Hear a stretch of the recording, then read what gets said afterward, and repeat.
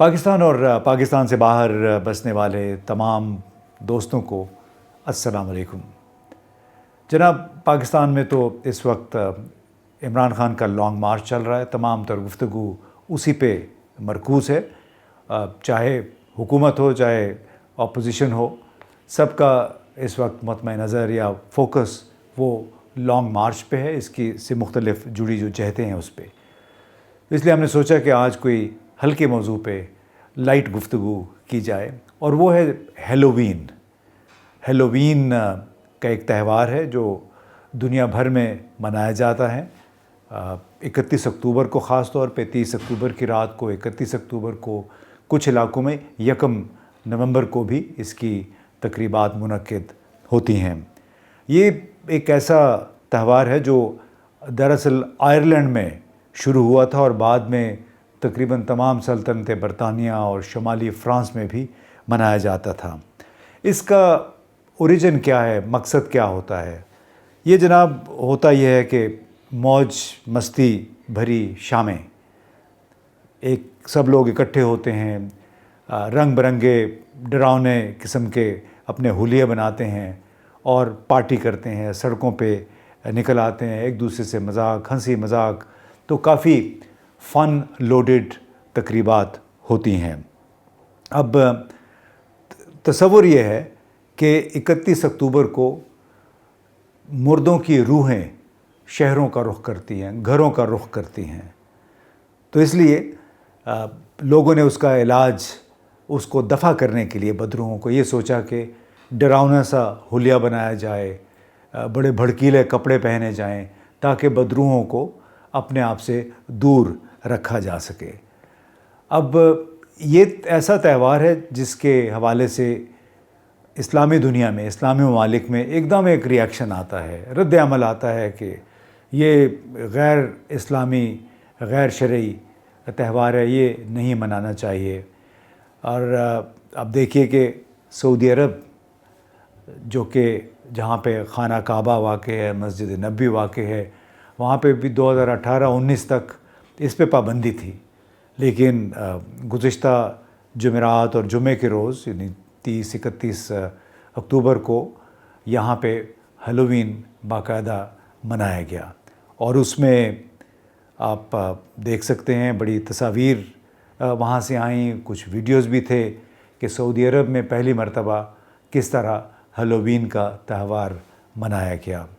پھر اس میں اگر آپ دیکھیں بنگلہ دیش، وہ بھی ایک اسلامی ملک ہے، لیکن وہاں پہ بھی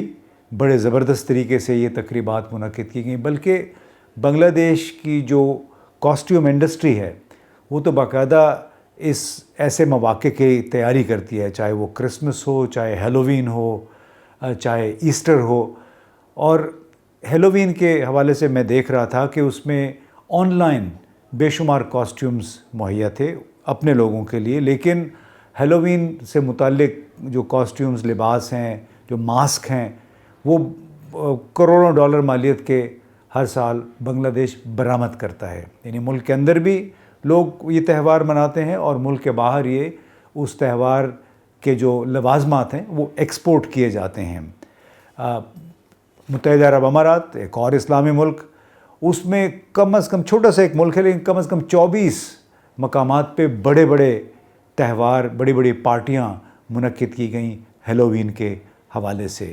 اور اس طرح انڈونیشیا، وہ بھی سب سے بڑا اسلامی ملک ہے، لیکن وہاں بھی بڑی باقاعدگی سے ہیلووین کی تقریبات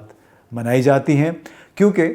بنیادی طور پہ ایک تفریح کا ذریعہ ہے، ایک تفریح کا موقع ہے۔ لوگ سمجھتے ہیں کہ اب دن بھر کے تھکے ہارے لوگ، اپنے کام کاج کی روٹین سے تنگ آئے ہوئے لوگ، وہ شام میں کہیں اکٹھے ہوتے ہیں، سڑکوں پہ نکل جاتے ہیں، گروپوں کی صورت میں موسیقی کی محفلیں ہوتی ہیں، بس دیٹس اٹ۔ لیکن اگر آپ دیکھیں کہ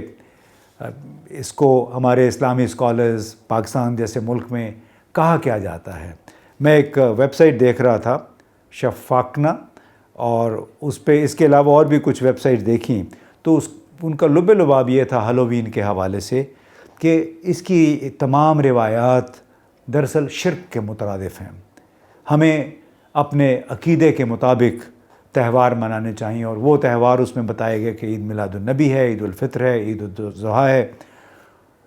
بعض جگہ پہ تو یہ بھی لکھا ہوا ہے کہ ایک شیطانی تہوار ہے۔ تو اب سوال یہ پیدا ہوتا ہے کہ ایک تہوار میں شیطانی کیا بات آ گئی ہے؟ یعنی کیا لوگوں کو یہ گمراہ کرنے کا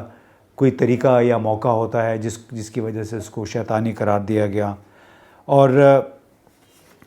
میں دیکھ رہا تھا کہ چاہے وہ بنگلہ دیش ہے، انڈونیشیا ہے، متحدہ عرب امارات، اور اب اس میں سعودی عرب بھی شامل ہو گئے۔ ہم بھارت کی بات نہیں کرتے، وہاں تو پورا سال بھر مختلف نوعیت کے تمام مذاہب سے تعلق رکھنے والے لوگ اپنے اپنے تہوار منانے میں مصروف ہوتے ہیں۔ لیکن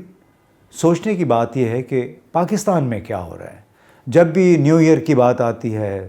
ہیلووین کی بات آتی ہے، تو ہمارے علماء حضرات اور جو تنگ نظر دائیں بازو کے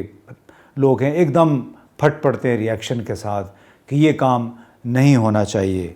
اب سوال اس پہ یہ پیدا ہوتا ہے کہ دنیا کہاں جا رہی ہے اور ہم کدھر کھڑے ہیں؟ ایک فارسی کا ایک مصرع ہے کہ من درچ خیالم فلک درچ خیال، یعنی کہ